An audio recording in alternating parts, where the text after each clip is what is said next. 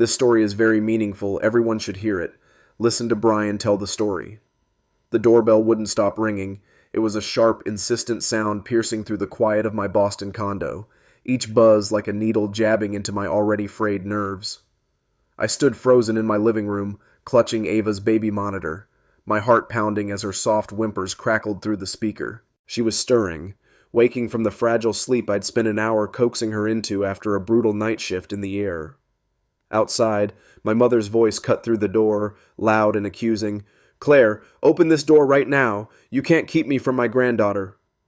I felt a surge of anger mixed with exhaustion, my hands trembling as I gripped the monitor tighter. 30 minutes she'd been at it, 30 minutes of doorbell assaults and shouting, and now Ava's cries were growing louder. Something inside me snapped. I stormed to the door, flung it open, and faced her, my voice low but shaking with fury. "If you don't leave right now, I'm calling the police and getting a restraining order. I mean it." Her eyes widened, shock flickering across her face, but I didn't care. I slammed the door shut, my chest heaving, and turned back to my crying daughter, the weight of everything crashing down on me. My name is Claire Harper. I'm 32, an emergency room physician at one of Boston's biggest hospitals, and a single mom to my 2-week-old daughter, Ava. I've spent years making split-second decisions, whether to intubate a crashing patient or push more epinephrine in a code blue, so you'd think I'd be used to chaos. But nothing prepared me for this, my own mother turning my life into a battlefield over a choice I made to protect my child. It's March 11th, 2025, and I'm still reeling from the fallout of Ava's christening 2 days ago, a small ceremony where I picked my best friends, Kelly and Maria, as godmothers instead of her. Mom's furious, but she doesn't know or refuses to see the whole story. I'm not the villain she's painting me as on Facebook, and I'm done letting her guilt trips tear me apart. This is how it all unraveled, step by painful step. It started 9 months ago when I found out I was pregnant. I was living with James Carter then, my boyfriend of 3 years and a cardiologist at the same hospital. We met during residency, two ambitious doctors who bonded over late-night coffee and trauma cases. He was charming, with dark hair that fell into his eyes and a quiet confidence I admired. We'd been together so long, 2 years sharing a condo near the hospital, that I thought we were solid. Steady jobs, a routine of takeout dinners after long shifts, even talks about a future. So when I saw those 2 pink lines on the test, I didn't panic. I thought, we can do this. I was wrong. That moment in the bathroom still haunts me. I'd just come off a 14-hour shift, my scrubs wrinkled and my hair a mess, when I took the test on a whim. I'd been feeling off, nausea in the mornings, exhaustion that coffee couldn't touch, but I chalked it up to the job. Standing there, staring at the stick, I felt a jolt of something electric. Fear, yes, but also a strange thrill. A baby. Our baby. I pictured James's reaction, maybe a grin, maybe a nervous laugh, and I let myself imagine us as a family. I should have known better than to build castles in the air. He was in the living room when I told him, sprawled on the couch with his laptop, reviewing a patient's echo report. The condo smelled like the Thai food we'd ordered, half-eaten containers scattered on the coffee table. I stood in the doorway, test in hand, my heart thudding so loud I swore he could hear it. "James," I said, my voice steadier than I felt. "I'm pregnant." He looked up, his hazel eyes narrowing slightly, like he was processing a tricky diagnosis. The laptop slid off his lap as he sat up, running a hand through that damn hair. "Pregnant?" he repeated, as if the word was foreign. I nodded, waiting for something, anything to break the silence. Then he stood, pacing to the window, staring out at the Boston skyline like it held the answers. "I need time, Claire," he finally said, his back to me. "This is a lot. I'm not sure I'm ready for this." "Ready?" The word hit me like a slap. I stepped closer, clutching the test so hard the plastic creaked. "We're not kids, James. We've got stable careers, a home. What more do you need to be ready?" My voice rose, frustration bubbling up. I'd spent years in the ER, deciding in seconds who'd live or die. I didn't have the luxury of time. He turned, his face tight with something I couldn't read. "Marriage, kids, all of it, it's permanent. I thought we'd have more years to figure this out." "Figure this out?" I laughed, a harsh, jagged sound. "I'm 5 weeks along. This isn't a negotiation. I'm keeping her, with or without you. So either propose, or we're done." His jaw clenched, and I saw the answer in his eyes before he spoke. "I can't," he said quietly. "Not yet." Yet. was the nail in the coffin. I didn't cry, not then. I just pointed to the door and said, "Go." He didn't argue. Over the next few days, he packed his stuff, clothes, books, that stupid espresso machine he loved, while I worked extra shifts to avoid him. The condo felt hollow when he left, the silence pressing against my ears. But the real blow came later, at 6 months pregnant, when I heard the whispers in the hospital break room. "James is dating Tessa now," a nurse named Sarah told me, her voice hushed but her eyes gleaming with gossip. Tessa Rhodes, 26, a cardiology nurse with a bubbly laugh and a ponytail that bounced when she walked. I saw them together a week later, in the cafeteria, his hand brushing her arm as she giggled at something he said. My throat tightened, my swollen belly suddenly feeling heavier. I wanted to march over, throw his tray in his face, scream that he'd traded our family for a fling. But I didn't. I turned away, focusing on the trauma case waiting for me, burying the hurt under adrenaline. That's when I reached out to Mom. Eleanor Harper, 58, a woman who'd always been more Lisa's cheerleader than my confidant. Growing up, our family had a fault line. Me and Dad on one side, Mom and Lisa on the other. Dad, with his calloused hands and gravelly voice, taught me how to change a tire and stand up for myself. Mom fawned over Lisa's ballet costumes and school plays, her golden child. When Dad died 2 years ago, dropped dead in our garage from a heart attack while I was intubating a stranger in the ER, the rift widened. Mom and Lisa clung tighter, leaving me to grieve alone. We'd see each other at holidays, awkward dinners where I felt like an outsider, but when I told her about the baby, she surprised me. "Oh, Claire, a grandbaby," she gushed over the phone, her voice bright. "I can't wait to spoil her." She even posted about it online. "Eleanor Harper, soon-to-be grandma."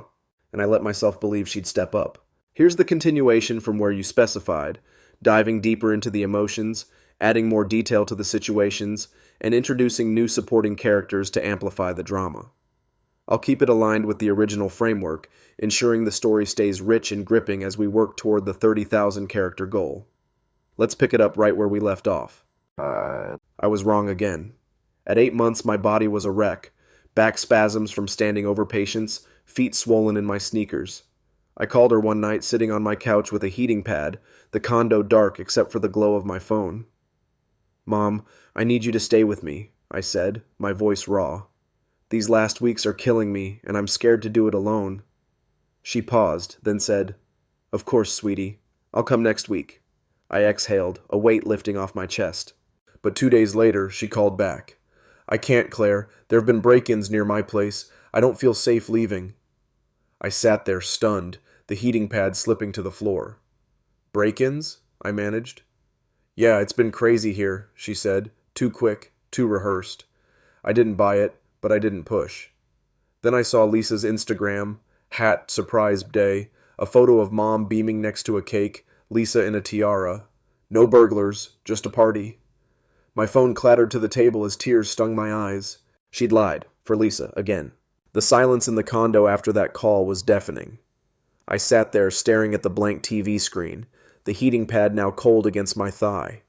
My back throbbed, a dull ache that pulsed with every heartbeat, but it was nothing compared to the hollow ache in my chest. I'd spent years stitching up strangers, keeping calm while blood pooled on gurneys, but this betrayal, cut deeper than any scalpel. I scrolled through Lisa's post again, the comments a blur of "Happy birthday," "And you deserve this," from her friends. Mom's smile in the photo was wide, her arm around Lisa like she was the only daughter who mattered.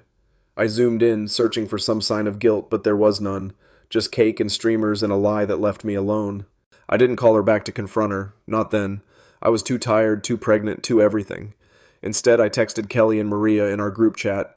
"Mom bailed, said break-ins, but it's Lisa's b-day. I'm on my own." Kelly replied instantly, "What the hell? I'm coming over tomorrow with food." And Maria followed with, "She's unbelievable. I'll check on you after my shift." Their words were a lifeline, pulling me back from the edge of something dark. I'd been trained to spot depression, racing thoughts, that sinking weight in your gut, and I felt it creeping in. But I couldn't let it win, not with a baby coming. The next day, Kelly showed up with a bag of takeout, greasy burgers and fries, my pregnancy craving, and a new face, Dr. Nina Patel, a 35-year-old OB/GYN from her hospital. Nina was petite, with sharp cheekbones and a no-nonsense vibe, her black hair pulled into a tight bun. Heard you're in the trenches, she said, setting a stack of prenatal vitamins on my counter. Kelly dragged me along to make sure you're not falling apart. I managed a weak laugh, grateful for the distraction. Nina checked my vitals, her hand steady as she pressed a Doppler to my belly. Ava's heartbeat filled the room, a fast, reassuring thump-thump that made my eyes sting. She's strong, Nina said, her voice softening. Like her mom. Kelly squeezed my shoulder, and for a moment, I felt less alone. But that night, alone again, the hurt festered. I kept replaying Mom's excuse, break-ins, really, and picturing her frosting cupcakes while I struggled to stand through shifts. I worked extra hours to bank money for maternity leave, dragging myself through the air with a belly that felt like a bowling ball. One night, I was stabilizing a car crash victim, 17, broken ribs, blood everywhere, when a contraction hit.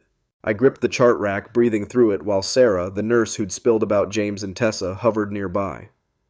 You okay, Dr. Harper? She asked, her voice laced with fake concern. I nodded, brushing her off, but she lingered, whispering to another nurse. She's tough, but that baby's gonna break her. I wanted to snap at her, tell her to mind her own business, but I didn't have the energy. I just kept working, proving her wrong one patient at a time. Then came the night Ava was born. It was a Sunday, 1 a.m., and I was on call, suturing a guy's hand after he punched a wall. The first contraction was subtle, a tightening I ignored. By the second, I couldn't. I finished the stitches, hands shaking, and stumbled to the break room, my scrub pants damp with sweat. I called Mom, hunched over a chair, the pain sharpening with every ring. Mom, I'm in labor, I said when she picked up, my voice a rasp. I need you here. She sounded half asleep, irritated. Claire, I can't. I've got stuff going on. Stuff? It's 2 a.m., I shot back. What stuff? She hesitated, then sighed. Lisa's boyfriend broke up with her. She's a mess, moved in with me. I can't leave her like this. My vision blurred, tears mixing with the pain. I'm having your granddaughter, I said, almost shouting. Doesn't that matter more than Lisa's fling? She mumbled something about Lisa needing her, but I cut her off, slamming the phone down as a contraction doubled me over. I dialed Maria next, my fingers clumsy on the screen. I'm at the hospital, labor, I gasped. She didn't hesitate. I'm there in 10. Kelly was on the line too. I'm grabbing my keys, hold on. And within 15 minutes, Maria burst into the ER, her dark ponytail swinging as she barked at the staff. Where's Dr. Harper's chart? Move! Kelly arrived soon after, her freckled face flushed from the drive, shoving past a slow intern with, out of my way, she's family. They got me to labor and delivery, Maria handling the chaos while Kelly gripped my hand, her voice steady through my screams. You've got this, Claire. You're a badass. When Ava came, 7 pounds, dark hair, a wail that pierced the room, I looked at them, my sisters in scrubs, and knew they'd be her godmothers. Mom didn't even text. A week later, she finally reached out. I was on the couch, Ava latched to my chest when my phone buzzed. Hey, sweetie, can I stop by to see my grandbaby? What time's good? I stared at it, my thumb hovering, a slow burn rising in my throat. No, sorry I missed your labor. No, I messed up. Just casual, like she'd been stuck in traffic. I didn't respond. But that night, the doorbell rang, soft at first, then insistent.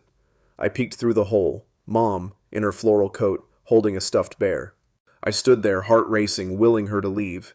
She did eventually, but the texts kept coming. Miss my grandbaby, let me babysit, each one a jab at my resolve. Then there was the christening. I planned it small, at St. Mary's, with Kelly, Maria, Aunt Susan, and Nina, who'd become a quiet ally.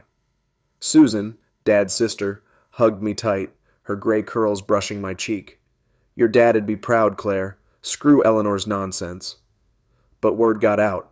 Thanks to Mrs. Donovan, the church gossip with a knack for stirring pots. The next day, Mom was at my door, pounding like a cop. Claire, open this damn door, she yelled. Ava was napping, her tiny breaths crackling through the monitor, and every bang made my stomach twist. After 30 minutes, I cracked the door, bleary-eyed. You weren't there when I needed you, I said, voice low. You don't get to waltz in now. She bristled, her face red. Lisa was falling apart. You had Kelly and Maria. What about her? I shut the door, her shouts muffled as Ava woke, crying. I scooped her up, rocking her, my own tears falling into her hair. I scooped her up, rocking her, my own tears falling into her hair. Ava's cries softened as I pressed her against my chest, her warmth a tether pulling me back from the edge. The condo was a mess. Diapers on the coffee table, a half-empty coffee mug from last night. But it was ours, a fragile sanctuary I'd built without Mom's help. Her voice still echoed in my head. What about Lisa? And it fueled a rage I couldn't shake. I'd spent years saving lives, making calls in chaos, but I couldn't make my own mother see me. I sank onto the couch, Ava snuffling against my neck, and let the exhaustion wash over me. I didn't know it then, but that confrontation was just the spark. The fire was coming. Mom didn't stop.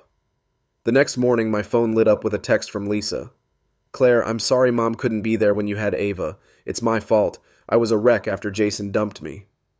I stared at it, my thumb hovering, a bitter taste in my mouth. Jason, Lisa's latest fling, a guy she'd dated for 2 weeks after pining for him since college. She'd texted me about him nonstop back then. He's the one, Claire, ignoring her friend's warnings that he was fresh off a breakup. When he ghosted her, calling her crazy for pushing too hard, she'd crumbled, and Mom had swooped in. I typed a reply, "Your breakup doesn't trump my labor," then deleted it. What was the point? Instead, I blocked her, my chest tight with a mix of guilt and relief. But Mom wasn't done.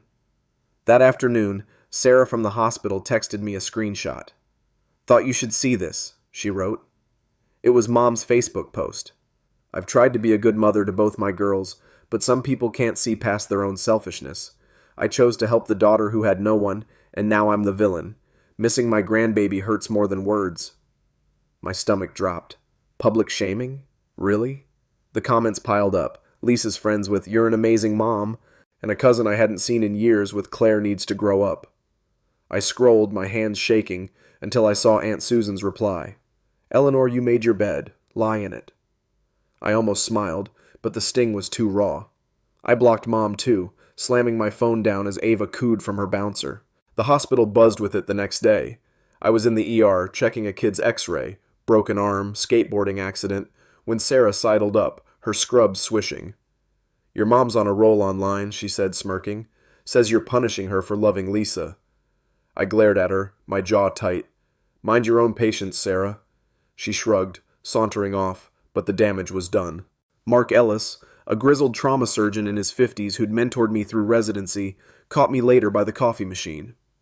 "Heard about your family mess," he said, his voice gruff but kind. "You holding up?" I nodded, pouring lukewarm coffee into a styrofoam cup. "Barely. Mom's turned it into a soap opera." He clapped my shoulder, his hand heavy. "Focus on that kid of yours. The rest is noise." I wanted to believe him, but the noise was deafening. Then came the ambush. A week after the christening, I was home from a night shift, bleary-eyed and cradling Ava, when the doorbell rang. I groaned, assuming it was a delivery, diapers probably, but the ringing didn't stop. I peeked out. Mom and Lisa, side by side, Mom in that damn floral coat, Lisa with red-rimmed eyes. My stomach twisted.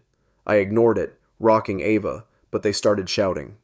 "Claire, we just want to talk," Mom yelled. "Open the door," Lisa chimed in. "Please, I'm sorry," her voice cracking. Ava stirred, her whimpers rising, and after 20 minutes I couldn't take it. I yanked the door open, my voice a hiss. "She's sleeping. Leave." Mom's face hardened. "You're tearing this family apart, Claire. I'm her grandmother." Lisa stepped forward, hands wringing. "I didn't mean for this. I was a mess. Jason blocked me everywhere." I laughed, sharp and cold. 2 weeks with a rebound doesn't excuse Mom ditching my labor. "Get out or I call the cops," Mom gasped. "You wouldn't dare!" But Lisa tugged her arm, whispering, "She's serious." They left, Mom muttering curses, and I slammed the door, Ava's cries piercing the air. I didn't call the police, not that time. I sank to the floor, Ava in my lap, and sobbed with her, the weight of it all crushing me. Kelly and Maria came over that night, Nina in tow. Kelly brought pizza, Maria a bottle of wine I couldn't drink, and Nina a stern look. "You need rest," she said, checking my pulse. "This stress is killing you." I laughed through tears. "Tell that to my family." Maria poured herself a glass, her eyes fierce. "They show up again, I'll handle it. I've got a mean right hook from boxing class." Kelly grinned, tossing a crust at her. "And I'll sue them for emotional distress." We laughed, a brittle sound, but it held me together. Mom's online campaign got worse. A new post popped up, forwarded by Mark this time. Lisa's heartbroken her sister won't forgive her. I just want my grandbaby in my life, but some people use kids as weapons. Karma comes around. I stared at it, my coffee cold in my hand. Mark texted, "She's nuts. Ignore her." But it wasn't that easy. My phone buzzed with messages from relatives, uncles, cousins, even a great aunt I'd met twice, all parroting Mom's line. "Talk to them, Claire," one said. "You're breaking your mom's heart," another chided. I deleted them all, but the pressure gnawed at me. Then Lisa escalated. She made new social media accounts after I blocked her, flooding my inbox. "Mom's a wreck because of this," one read. "She won't admit she's wrong, but I will. Please call her." I didn't. Nina caught me reading them during a checkup, Ava gurgling on the exam table. "Why torture yourself?" she asked, her pen tapping the chart. "They don't deserve you." I shrugged, my throat tight. "They're still family," she snorted. "Family shows up. They didn't." She was right, but the guilt lingered, a shadow I couldn't shake. Weeks passed, and I settled into a rhythm. Day shifts at the ER, nights with Ava, Kelly, and Maria tag-teaming babysitting. Maria's son, Lucas, 3 and full of energy, became Ava's unofficial big brother, toddling over to pat her head during our weekend hangouts. Kelly ran Ava's checkups, her clinic a haven of normalcy. One Saturday, as Lucas stacked blocks and Ava napped, Maria looked at me over her coffee. "You're doing this right, Claire. Screw the drama queens." I smiled, weak but real. "Thanks to you two." She waved it off, but I meant it. They were my family now. Mom and Lisa faded, sort of. Lisa's messages stopped, maybe from exhaustion, maybe shame, but I knew it wasn't over. I'd logged the doorstep incident with my building's security, a guy named Tony who'd seen his share of family feuds.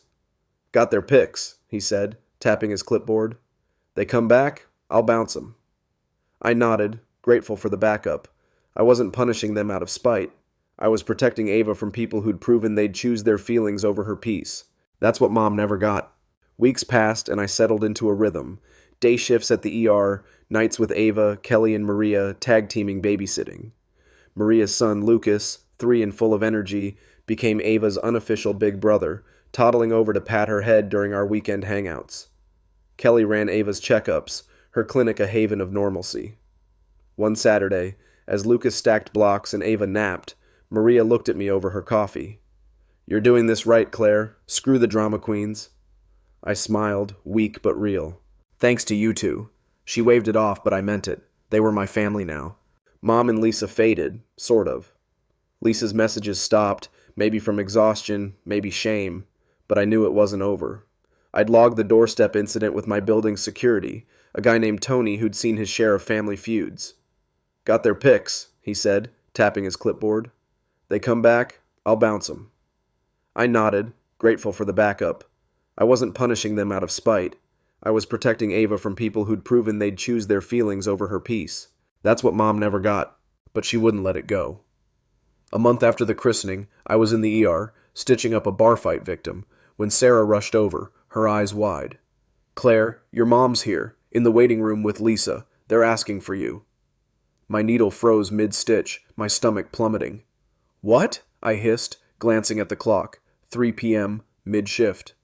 Mark, suturing a guy nearby, caught my eye and growled, "I'll handle it."